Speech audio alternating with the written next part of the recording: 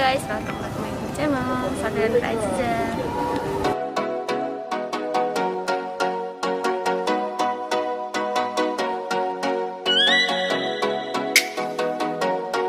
Hai teman-teman, kembali lagi bersama aku Safiran Nur Aziza. Kali ini di sesi belajar bareng Vira. Nah, di sesi kali ini aku akan menjelaskan seputar kertas kerja audit. Di sini aku akan menjelaskan dulu tentang working balance, trial balance itu apa. Nah, itu adalah sebuah kertas kerja yang berisi saldo-saldo akun di tahun-tahun sebelumnya. Itu guna untuk mencatat apakah saldo-saldo tahun sebelumnya itu kita mempunyai rekapan atau simpanan sebagai pembanding di tahun ke depan ya. Setelah itu top schedule. Top schedule ini adalah kertas kerja yang digunakan untuk meringkas informasi, di mana dicatat sebagai schedule pendukung. Serta supporting schedule adalah kertas kerja untuk menggabungkan antara perusahaan-perusahaan klien. Apa hubungan ketiga itu? Hubungannya adalah mereka saling melengkapi dalam mencatat, meringkas maupun sebagai penghubung di antara perusahaan-perusahaan yang akan diaudit. Nah, setelah itu di sini ada ceritakan tentang permanent file atau bedanya dengan current file serta keduanya. Yang kalian tahu apa sih tentang current file itu? Current file itu adalah arsip audit tahunan. Nah, arsip ini berisi kertas kerja yang informasinya hanya mempunyai manfaat dari proses audit itu sendiri. Nah, kalau gitu berarti kalian harus mempersiapkan current file-nya. Setelah itu baru persiapkan juga permanent file. Permanent file ini suatu informasi yang berkesinambungan, suatu tugas pemeriksaan yang dimaksud untuk menyimpan data atau historis dari proses audit itu sendiri. Setelah itu yang ketiga, bagaimana sih caranya Anda ini membuktikan bahwa seluruh saldo bank yang di neraca itu memang benar ada atau akurat? Sebenarnya kalau misalnya saldo bank itu kita harus tahu dulu rekonsiliasi. Kita membuat rekonsiliasi bank dimana kita menghitung data perusahaan kita bandingkan dengan data bank. Jadi beberapa uang masuknya dan pengeluarannya serta admin atau potongan dari bank itu sendiri, labelnya kita serta nilai akhir neraca.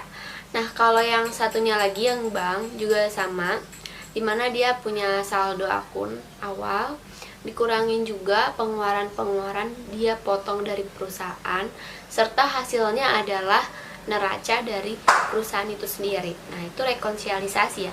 Terus habis itu kalian periksa juga rekening koran. Rekening koran itu banyak banget keluar masuknya nominal dari bank itu sendiri.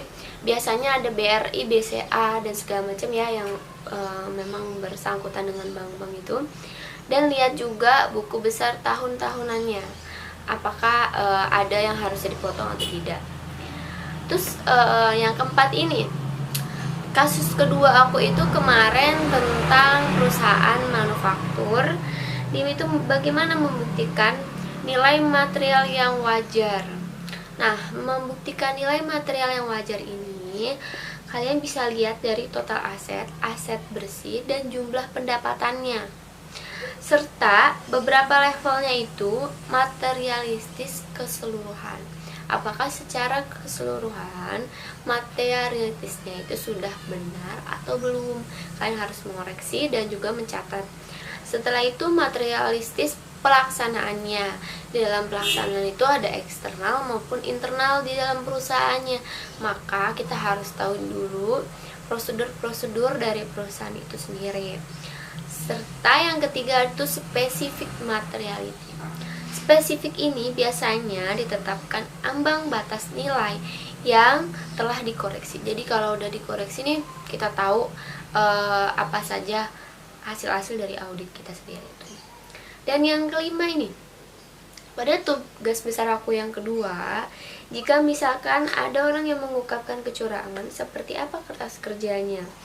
Kalau misalnya ada seorang yang melakukan kecurangan, kita itu harus melampirkan bukti bahwa kita sudah ditandatangan oleh tata kelola atau pihak direksi sebagai bukti bahwa kita ini telah mengaudit laporan itu. Jadi dia itu tidak bisa berkomentar atas opini kita. Jadi kita bisa diterima opininya, serta kita bisa menjelaskan juga beberapa bukti-bukti audit yang telah kita lampirkan. Mungkin risk management, bisa juga cost of handbooknya yang kita lampirkan, bisa juga beberapa opini wajar atau tidak wajar sesuai dengan bagaimana hasil opininya. Terus juga dikomunikasikan nih kepada pihak bertanggung jawab, ini bagaimana ketika ada seseorang yang melakukan kecurangan padahal dia itu tidak punya wewenang di dalam auditnya. Terus juga sebagai kertas pendukung ini, biasanya audit itu mengisi pilihan drop down. Drop down itu yaitu harus melampirkan dokumentasi terkait komunikasi dengan pihak yang bertanggung jawab pada kelolanya.